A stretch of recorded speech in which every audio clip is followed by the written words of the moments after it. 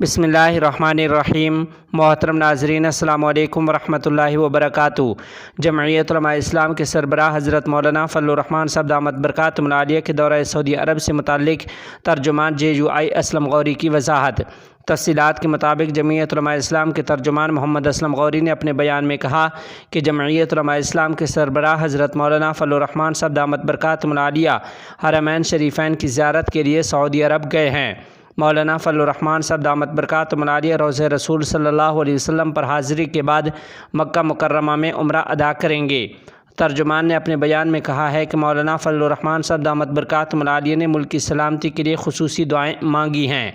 روضہ رسول صلی اللہ علیہ وسلم پر حاضری عمرہ اور عبادات کے علاوہ کوئی سیاسی مصروفیت نہیں ہے۔ ترجمان نے کہا کہ کارکن کسی قسم کی افواہوں اور غیر مصدقہ خبروں پر کان نہ دھریں۔ دہلی فسادات میں ناحق گرفتار 5 مسلم نوجوان باعزت بری۔ تفصیلات کے مطابق جمعیت علماء ہند کی قانونی جدوجہد کی وجہ سے آج دہلی فساد میں ماخوذ 5 مسلم نوجوان باعزت بری ہوئے ہیں۔ یاد رہے کہ ملزمین پر متعدد مقدمات عائد تھے۔ بالخصوص گونڈہ کے رہنے والے ونود کمار نامی ایک شخص کے قتل کا بھی مقدمہ عائد کیا گیا تھا۔ عدالت نے فیصلہ سناتے ہوئے ملزمین نوید خان، جاوید خان، چاند بابو، علیم سیفی اور صابر علی کو اس سے متعلق تمام مقدمات سے بری کر دیا ہے۔ جمعیت علماء ہند کی طرف سے ان کے مقدمات کی پیروی ایڈوکیٹ اختر شمیم، ایڈوکیٹ عبدالغفار خان اور ایڈوکیٹ محمد نور اللہ کر رہے تھے۔ واضح ہو کہ جمعیت علماء ہند دہلی فساد سے متعلق 250 سے زائد زیر بحث مقدمات لڑ رہی ہے۔ صدر جمعیت علماء ہند مولانا محمود اسد مدنی دامت برکاتہم العالیہ نے 3 سال قبل فساد کے فوری بعد حبس بجا کے شکار ہوئے افراد کے مقدمات لڑنے کا فیصلہ کیا تھا اور اس کے لیے باضابطہ ایک لیگل ٹیم تشکیل دی تھی۔ جمعیت علماء ہند کی کوشش سے اب تک 50 سے زائد افراد باعزت بری ہو چکے ہیں۔ مغرب کے پاس افغانستان کی بربادی کے سوا کچھ نہیں تھا۔ تفصیلات کے مطابق افغانستان کے وزیر داخلہ خلیفہ سراج الدین حقانی نے صوبہ غور کے دورے کے دوران صوبے کے مقامی عہدیداروں، قبائلی رہنماؤں، علماء کرام، نوجوانوں اور عام لوگوں سے خطاب کرتے ہوئے کہا کہ امریکہ اور دیگر مغربی ممالک کے پاس گزشتہ 20 سالوں میں افغانستان کے لیے بربادی کے سوا کچھ نہیں تھا۔ حقانی نے اپنے ریمارکس میں یہ بھی کہا کہ مغرب نے افغانستان میں خدمت کے نام پر لوگوں کو قتل کیا، انہیں قید کیا اور گھر بار چھوڑنے پر مجبور کیا۔ وزیر داخلہ خلیفہ سراج الدین حقانی نے یقین دلایا کہ حکومت مالی امکانات اور بین الاقوامی اقتصادی پابندیوں کے باوجود غور سمیت پورے ملک میں بنیادی اور تعمیری منصوبوں کو عملی جامہ پہنانے کی کوشش کر رہی ہے۔ خلیفہ سراج الدین حقانی نے بین الاقوامی پابندیوں کے باوجود حکومت اور رعایا کے درمیان اعتماد اور اتحاد کو اہم قرار دیا ہے۔ حقانی نے گزشتہ 20 سال کے جہاد میں صوبہ غور کے عوام کی بہادری کی تعریف کی اور ان کے موجودہ مسائل کے جلد حل کی یقین دہانی کرائی ہے۔ تجارت اور صنعت کی ترقی کے بارے میں امیر المؤمنین کا فرمان۔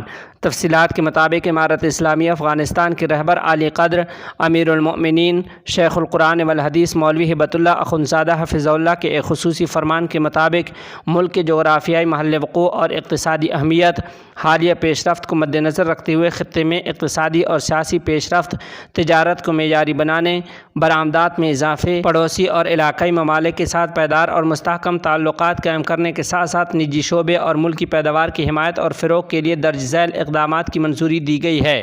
نمبر 1، وزارتیں اور متعلقہ اماراتی محکمے ملک کے تجارتی اور اقتصادی مفادات کو مد نظر رکھتے ہوئے سرحدوں، ٹرانزٹ پوائنٹس اور ہائی ویز پر تجارت کے لیے ضروری سہولیات فراہم کرنے کے پابند ہیں۔ نمبر 2، مرکز اور صوبوں میں وزارتوں اور اماراتی محکموں کے حکام اور ملازمین پرائیویٹ سیکٹر کے کارکنوں کے ساتھ ملک کے قابل اطلاق قانونی دستاویزات کے مطابق اچھا برتاؤ کرنے اور متعلقہ کارروائیوں میں تاخیر سے بچنے کے پابند ہیں۔ نمبر 3، وزارتیں اور اماراتی محکمے ملک کی داخلی صنعتوں کی ترقی اور خود کفالت کے مطابق ملکی مصنوعات کو زیادہ سے زیادہ استعمال کرنے کے پابند ہیں۔ خطے اور دنیا کے ممالک کے ساتھ ہمارے تعلقات بڑھ رہے ہیں۔ تفصیلات کے مطابق وزیر خارجہ مولوی امیر خان متقی حفظہ اللہ نے کہا کہ دنیا اور خطے کے ممالک کے ساتھ امارت اسلامیہ افغانستان کے تعلقات فروغ پا رہے ہیں۔ باختر نیوز ایجنسی کے مطابق مولوی امیر خان متقی نے یہ گفتگو آج قوم کے لیے حکومتی احتساب پروگرام کے دوران وزارت خارجہ کی ایک سالہ کارکردگی پیش کرتے ہوئے کی ہے۔ مولوی امیر خان متقی نے کہا کہ امارت اسلامیہ کے خطے اور دنیا کے ممالک کے ساتھ تعلقات میں وسعت آ رہی ہے، اس لیے گزشتہ سال 70,000 سیاحوں نے افغانستان کے مختلف علاقوں کا سفر کیا، جن میں سے صرف 10,000 کا تعلق یورپی ممالک سے تھا۔ مولوی امیر خان متقی حفظہ اللہ نے مزید کہا کہ امارت اسلامیہ نے متوازن خارجہ پالیسی پر عمل درآمد کے ذریعے امریکہ سمیت متعدد ممالک کو مطمئن کرنے میں کامیاب رہی ہے تاکہ وہ افغانستان میں مسلح بغاوت کی حمایت نہ کریں۔ وزیر خارجہ نے کہا کہ متوازن پالیسی اپناتے ہوئے ہم اب افغانستان کو بڑی طاقتوں کے درمیان مقابلے کا میدان نہیں بنانا چاہتے، بلکہ ہم پوری دنیا کے ساتھ اچھے سیاسی اور اقتصادی تعلقات چاہتے ہیں۔ انہوں نے کہا کہ گزشتہ 2 سالوں کے دوران وہ اندرونی اختلافات ختم کرنے میں کامیاب ہوئے اور ثابت کیا کہ اس ملک میں نظم و ضبط اور مرکزی طرز حکمرانی ہے۔ یہ نظام جامع ہے اور اس کی کابینہ میں ملک کے ہر علاقائی اور لسانی اکائی کے نمائندے شامل ہیں۔ مولوی امیر خان متقی حفظہ اللہ نے مزید کہا کہ وہ ہمسایہ ممالک کے ساتھ سرحدی سڑکیں افغان مصنوعات کی برآمد کے لیے کھلی رکھنے میں کامیاب ہیں۔ انہوں نے کہا کہ پاکستان کا مسئلہ اندرونی ہے اور ہم ہمیشہ اپنی طرف سے یقین دہانیاں کراتے ہیں۔ اسی طرح وزارت خارجہ کے اقتصادی تعلقات کے سربراہ شفیع اعظم نے کہا کہ وہ بہت سے ممالک میں موجود افغان سفارت خانوں اور قونصل خانوں کو اقتصادی ترقی اور افغان مصنوعات کی مارکیٹنگ کے بہترین مراکز میں تبدیل کرنے میں کامیاب ہوئے ہیں اور ان کی کوششوں سے وہ اس قابل ہو گئے ہیں کہ ترکمانستان سے پاکستان اور بھارت کو گیس کی منتقلی کے منصوبے کی تصدیق ہو گئی ہے۔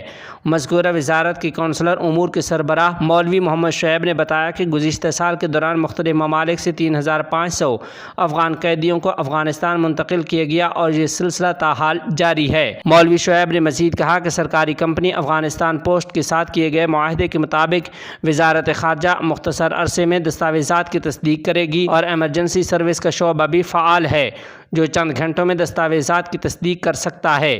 بتایا گیا ہے کہ وزارت خارجہ افغان تارکین وطن کے مسئلے کے حل کے لیے ایک مشترکہ کمیٹی کے فریم ورک میں علاقائی ممالک کے ساتھ مل کر کام کرنے کے منصوبے پر کام کر رہی ہے۔